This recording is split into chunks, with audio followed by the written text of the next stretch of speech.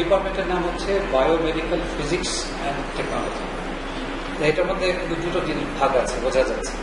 একটা হচ্ছে ফিজিক্স আর একটা টেকনোলজি, আর দুটাই রিলেটেড টু বায়োমেডিক্যাল। আমরা যদি খুব সহজে বলতে চাই যে application of physics and technology in medicine, অর্থাৎ এবং ইন বায়োলজি, দুটাই, বায়োলজি এবং মেডিসিনের ফিজিক্সের এবং টেকনোলজির ব্যবহার।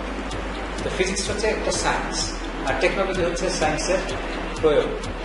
এই দুটো মিলিয়েই আমরা কাজ করছি, এবং প্রয়োগটা মেনলি টার্গেটেড হচ্ছে বায়োলজিক্যাল সায়েন্সে এবং মেডিসিনে। এখন আমাদের ডিপার্টমেন্টের যে, যদিও নামটা বড়, এর ব্যক্তি অনেকখানি, কিন্তু আমরা তার আপাতত একটা বিশেষ দিকে কাজ করছি, যেটাকে অনেকে কষ্ট করে বায়োমেডিক্যাল ইঞ্জিনিয়ারিং বলি। আমাদের কাজগুলো মূলত ওই ডিরেকশন, এবং আমরা শুরু করেছি পিএইচডি লেভেল থেকে। আমরা এটা গবেষণা, আমাদের অ্যাকচুয়ালি বিশ্ববিদ্যালয়ের মূলত কিন্তু গবেষণার উদ্দেশ্য করে বিশ্ববিদ্যালয়গুলো তৈরি। গবেষণা হবে, গবেষণার সঙ্গে সম্পর্কিত শিক্ষা দেব। বিশ্ববিদ্যালয়ের উদ্দেশ্য কি? একজন বলছিল যে বিশ্ব জ্ঞানকে আমরা আহরণ করব, আবার নিজেরাও বিশ্ব জ্ঞান তৈরি করে ছড়িয়ে দেব। এবং বিশ্বজ্ঞান আহরণ করে খালি আহরণ করে বসে থাকবো না, এটা আমাদের দেশের মানুষের কীভাবে কাজে লাগে তার জন্য আমরা চেষ্টা করব।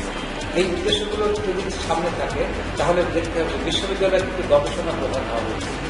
মানে একটা কলেজ কিন্তু গবেষণা হয় না, সেখানেও বিএসসি এমএসসি পড়ানো হয়, কিন্তু গবেষণা হয় না। অর্থাৎ বিশ্ববিদ্যালয়ের আলাদা বৈশিষ্ট্য এখানে গবেষণা। তা আমাদের বাংলাদেশের গবেষণার চাপটা একটু কমে গেছে। তো এই জন্য আমরা গোড়া থেকে এই বিভাগটা তৈরি হয়েছে 2008। আমরা শুরু থেকে গবেষণা প্রদান শুরু করেছি, এবং আমরা শুরুতে উপর থেকে শুরু করেছি, যাকে পিএইচডি, তারপরে এফিল। তারপরে কি হয়েছে, পিএইচডি এফিলে আমাদের ছাত্ররা যেসব কাজ করছে, তো দু একটা উদাহরণ নেই। যেমন আমরা স্নায়ু আছে আমাদের, স্নায়ু পরিমাপের জন্য আমরা অনেকদিন আগে যন্ত্রপাতি, নিজেরা যন্ত্রপাতি বানিয়েছি। সেই যন্ত্রপাতি ইলেকট্রনিক্স আসছে, কম্পিউটার সফটওয়্যার ডেভেলপমেন্ট আসছে, কম্পিউটার ইন্টারফেসিং আসছে, এগুলো সবই আমরা করেছি। করে সেটা দিয়ে আমরা মানুষকে পরিমাপ করেছি। পরিমাপ করতে গিয়ে আমরা দেখলাম যে ওই বর্তমান যে পদ্ধতি আছে তার কতগুলো লিমিটেশন আছে। সেই লিমিটেশনগুলো দূর করার জন্য আমরা আবার নতুন নতুন আইডিয়া শুরু করেছি, তাতে কিছু নতুন আবিষ্কারও এসে গেছে। সেই আবিষ্কার দিয়ে আমরা এমন কিছু বের করতে পেরেছি যেটা আমরা জীবিত জানি। তো সেগুলো আমরা করেছি, পাবলিকেশন হচ্ছে, এবং আশা করছি আমাদের একটা পদ্ধতি এটা সারা পৃথিবীতে ছড়িয়ে যাবে, যে খুব সবাই আশা করি এটা গ্রহণ করবে। ইতিমধ্যে আমরা এটা পাবলিশ করেছি ইন্টারন্যাশনাল জার্নালে, লোকাল জার্নালে, এবং আমার পদ্ধতিটা নিয়ে সিঙ্গাপুরের একজন সায়েন্টিস্টকে উদ্বুদ্ধ করেছি, তিনিও রিসার্চ করে আমাদেরকে ফলাফল পাঠিয়েছে, সেগুলো অ্যানালাইসিস করেছি। ইংল্যান্ডের নটিংহামের একজন সায়েন্টিস্ট আমাদের ছাত্র, সেটা পিএইচডি করছে, সেও আমাদের ওই নতুন ইনোভেশন নিয়ে কাজ করছে। অর্থাৎ টেকনোলজি আমরা এখন বাংলাদেশ থেকে বাইরে রপ্তানি করেছি। আগে খালি টেকনোলজি আমদানি হতো, এবং এখানে শুধু টেকনোলজি না, এখানে সায়েন্সটাও গেছে। আর এই নার্ভের মেজারমেন্ট আমরা যেটা করেছি, বডির ভেতরের ফিজিওলজি, সেগুলো আমরা কিছু চিন্তা করেছি। সেখানে ওইগুলো সব ধারণা, ফিজিওলজি, ফিজিক্স, স্ট্যাটিস্টিক্স, এই তিনটা মিশিয়ে আমাদের নতুন আবিষ্কার রয়েছে, যেটার আমরা নাম দিয়েছি ডিস্ট্রিবিউশন অফ এফিলিয়েটেন্সি। এটা দিয়ে একটা স্নায়ুর ভিতরে অনেক তথ্য বের করতে পারছি। এমনকি আমরা এখানে নার্ভের একটা শক দিয়ে এই মাংস থেকে সিগন্যাল নিয়ে আমরা এখন বলে দিতে পারছি তার ঘাড়ে ওই সার্ভিক্যাল স্পন্ডিলোসিস বলে একটা ডিসঅর্ডার আছে, সেটা আছে কিনা আমরা বলতে পারছি, বেশ আর্লি স্টেজে। এমনকি সে যখন টের পাচ্ছে না, সাধারণ সার্ভিক্যাল স্পন্ডিলোসিস হলে হাতে ব্যথা হয়, ব্যথাটা ছড়িয়ে যায়। আমরা সেই ব্যথা হওয়ার অনুভব করার আগেই আমরা ধরতে পারছি। তাহলে একজন লোক সে যখনই আমাদের মেথডে যদি মাঝে মাঝে টেস্ট করে, যদি জানে যে এখানে সমস্যা হচ্ছে, এরপর সে যত্নবান যদি হয়, মানে তার বডি পোস্টার ঠিক করা, বসার অবস্থা ঠিক করা, শোয়ার পজিশন ঠিক করলে, তাহলে দেখা যাবে সে আর খারাপ হবে। আর যার খারাপ হয়ে যাচ্ছে তার হাসপাতালে যেতে হবে, ট্রিটমেন্ট দিতে হবে। আবার আরেকটা যেটা করছি, ইলেকট্রিক্যাল কারেন্ট আমরা সব জায়গায় ব্যবহার করি, কিন্তু শরীরের মধ্যেও অনেক ইলেকট্রিক্যাল, যেমন নার্ভের কথা বললাম, এখানেও ইলেকট্রিক্যাল জিনিস আছে। কিন্তু আরেকটা হচ্ছে আমরা ইলেকট্রিসিটি পাঠিয়েও শরীর সম্পর্কে ইনফরমেশন নিতে পারি, যেটা বলে ডায়াগনোসিসের জন্য। অর্থাৎ আমার শরীরে কোনো অঙ্গ কোনো প্রবলেম হয়েছে কিনা এটা বের করার জন্য আমরা ইলেকট্রিক্যাল কারেন্ট ব্যবহার করতে পারি। তো তার জন্য সারা পৃথিবীতেই প্রায় 100 বছরের আগে থেকে চেষ্টা হচ্ছে, কিন্তু সেই চেষ্টাগুলো সীমিত ছিল জন্য যে ইলেকট্রিক কারেন্ট শরীরের মধ্যে বাঁকা হয়ে যায়, আঁকা বাঁকা হয়ে যায়, তার ডিরেকশনগুলো আনকন্ট্রোল, যার জন্য ওভারঅল একটা গ্রস কিছু মেজারমেন্ট ছাড়া এটা খুব ইউজফুল ছিল না। ইদানিং তাও প্রায় 40 বছর হয়ে গেছে, 30 বছর, হ্যাঁ 1980 দশকে সে ইংল্যান্ডে একটা জিনিস আবিষ্কার হয়েছে, ইলেকট্রিক্যাল ইম্পিডেন্স টোমোগ্রাফি নামে। সেটা শরীরের চারদিকে অনেক ইলেকট্রোড দিয়ে সেখান থেকে এক্সট্রা সিটি ইমেজ যেমন আসে সেরকম একটা ইমেজ তৈরি করছে। তো সেখানেও একটা সমস্যা, ওই যে বডি যেহেতু কারেন্ট আঁকাবাঁকা হয়ে যাচ্ছে, তাহলে সে কোথায় যে সে ইমেজের পিক্সেলগুলো পাচ্ছে সেই পিক্সেলগুলো আসলে অ্যাকুরেট হয়। এটা নিয়ে কাজ হচ্ছে যে এটাকে আরো উন্নত করা যায় কিনা, 3 ডাইমেনশনাল ইমেজ করা যায় কিনা, কিন্তু জিনিসটা খুব জটিল হয়ে যাচ্ছে। তো এখানে আমরা মাঝখানে যেটা একটা মাঝখানে ব্রিজ করেছি, সেটা 4টা ইলেকট্রোড, 6টা ইলেকট্রোড, 8টা ইলেকট্রোড দিয়ে আমরা একটা লোকেশনে ওই জায়গাটার ইলেকট্রিক্যাল ইম্পিডেন্সের তথ্য বের করতে পারছি। সেটা আমাদের একটা নতুন উদ্ভাবন, এবং এটা পৃথিবীতে মোটামুটি অ্যাকসেপ্ট, অনেকেই আগ্রহ দেখিয়েছে, এবং এটা দিয়ে আমরাই কিন্তু অনেকগুলো অ্যাপ্লিকেশন চেষ্টা করছি।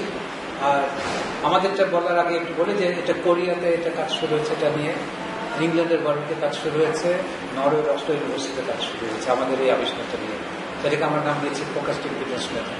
তা আমরা যেগুলো কাজগুলো করছি, যেমন ছোট বাচ্চা নিউমোনিয়া মাপার জন্য রেসপিরেশন রেট মাপার দরকার, কিন্তু ওটা মাপতে গেলে বাচ্চা কেঁদে ফেলে। তা আমাকে একজন অস্ট্রেলিয়ান সায়েন্টিস্ট বলছিলেন যে তোমার এই মেথডে কোনো সহজ পদ্ধতি বের করতে পারো কিনা যেন বাচ্চা না কাঁদে। তা আমরা অলরেডি করে ফেলেছি। মায়ের হাতে একটা সফট ইলেকট্রোড থাকবে, বাচ্চাকে তুলে নেবে, অটোমেটিক মেজারমেন্ট করতে থাকবে, বাচ্চা কেঁদে যাবে না। তেমনি আমরা এখন এটা দিয়ে ফুসফুসের ভেতরে পানি আছে কিনা এটা আগেই বের করতে পারছিলাম, স্টমাকে কতটা অ্যাসিড সিক্রেশন হচ্ছে, স্টমাকের ফাংশন কিরকম, এগুলো আমরা আইডেন্টিফাই করতে পারি। এখন আমরা চেষ্টা করছি নিউমোনিয়াটাকে আলাদাভাবে ডিটেক্ট করা যায় কিনা, বড়দের নিউমোনিয়াটাকে আলাদা করা যায় কিনা। আর একটা উল্লেখযোগ্য কাজ হচ্ছে আমার ব্রেস্ট ক্যান্সার যেটা হয়, মানে ক্যান্সার ঠিক না, যখন একজন মহিলার টিউমার উনি টের পেলেন, তো টিউমারটা ক্যান্সারাস না নন ক্যান্সারাস এটা করতে হলে সুই দিয়ে ফুলা করতে হয়, বায়োপসি করতে হয়। তো বায়োপসির সঙ্গে আবার কিছু হ্যাজার্ডও আছে। তা আমাদের মেথডে আমরা চিন্তা করছি, এটাও একজন আমেরিকান বাঙালি কাজ করছেন এই ব্রেস্ট ক্যান্সার নিয়ে, উনি সাজেস্ট করেছিলেন যে তোমরা এদিকে কিছু বের করতে পারো কিনা। তা আমরা এখানে কিছু উদ্ভাবন চিন্তা করে আমরা মেজার করছি, তাতে আমরা 20-22 জন পেশেন্টকে মেজার করে একটু কোনো একটা মনে হয় পাচ্ছি, তবে এখনো আমরা বলবো না এটা সাকসেসফুল।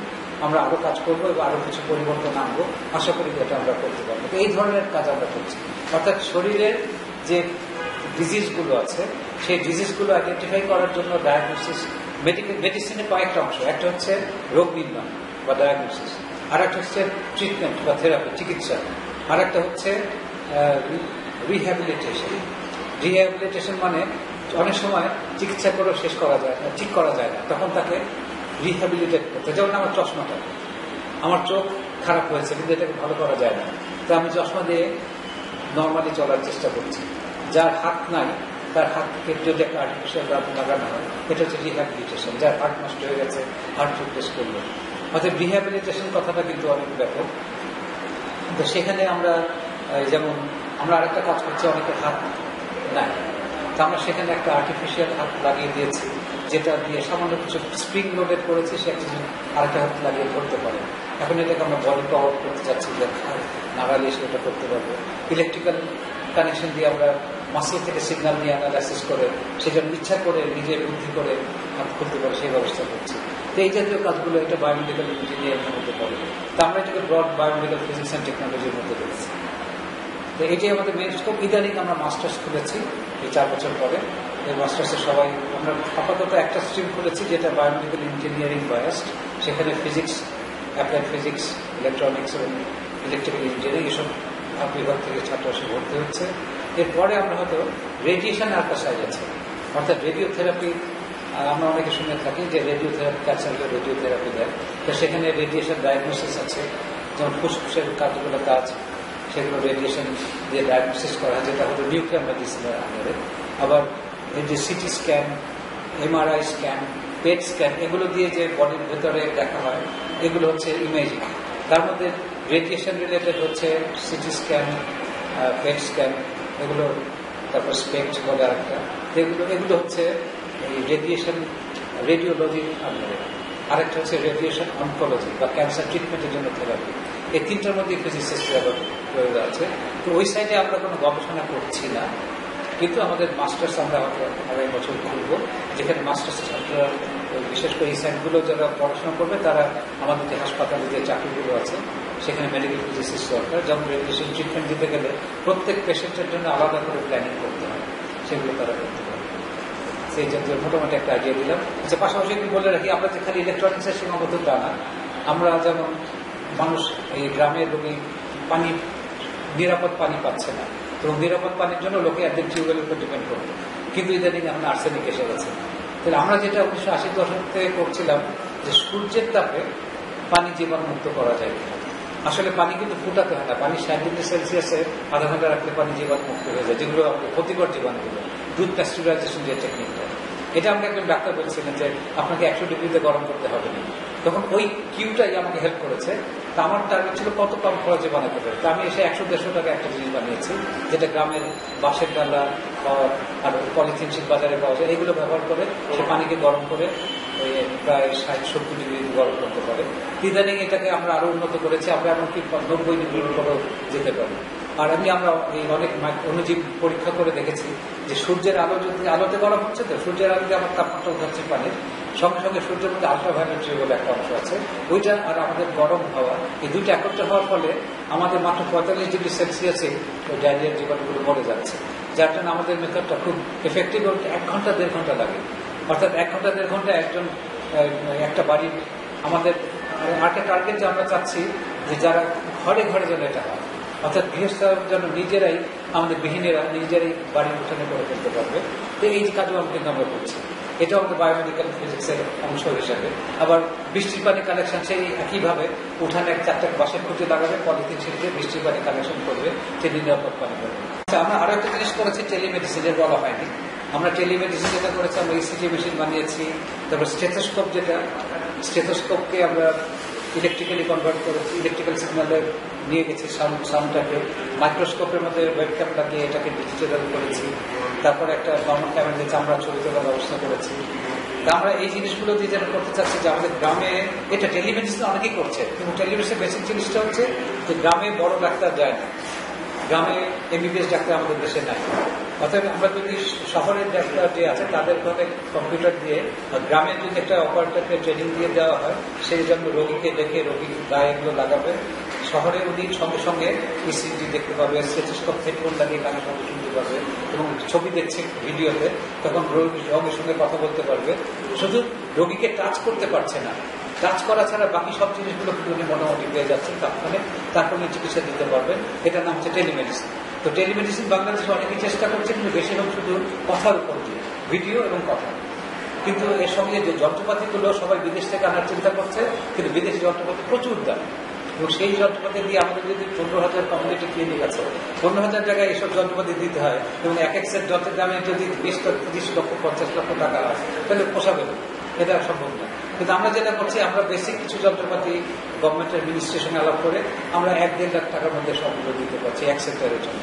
তাহলে সে যদি আমার যদি আর 1000 সেন্টার থাকে, তাহলে 10 কোটি টাকার ব্যাপার, খুব অল্প পয়সায় এটা যেতে পারে।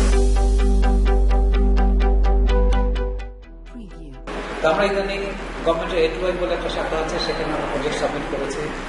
আমরা চেষ্টা করছি যে আমরা অলরেডি একটা প্রাইভেট একটা এনজিওর সঙ্গে ফরিদপুরে টেলিমেডিসিন সার্ভিস অলরেডি শুরু করেছে। উনি সেখানে এন্টারপ্রেনার নিয়ে একটা মডেল তৈরি করে সেখানে দেওয়ার চেষ্টা করছি। তারপরে আমাদের যে যন্ত্রপাতিগুলো আছে, সেগুলো বিভিন্ন ছোটখাটো যন্ত্রপাতি আমরা যেমন কিছু আগে বানিয়েছিলাম, অতিরিক্ত হাত পা কামের চিকিৎসা যন্ত্র, ফিজিওথেরাপি চিকিৎসা যন্ত্র, এগুলো পিজি হাসপাতালে বিভিন্ন ফিজিওথেরাপিস্ট যারা আছেন তারা আমাদের কাছ থেকে কিনে নিয়ে তারা ব্যবহার করছেন।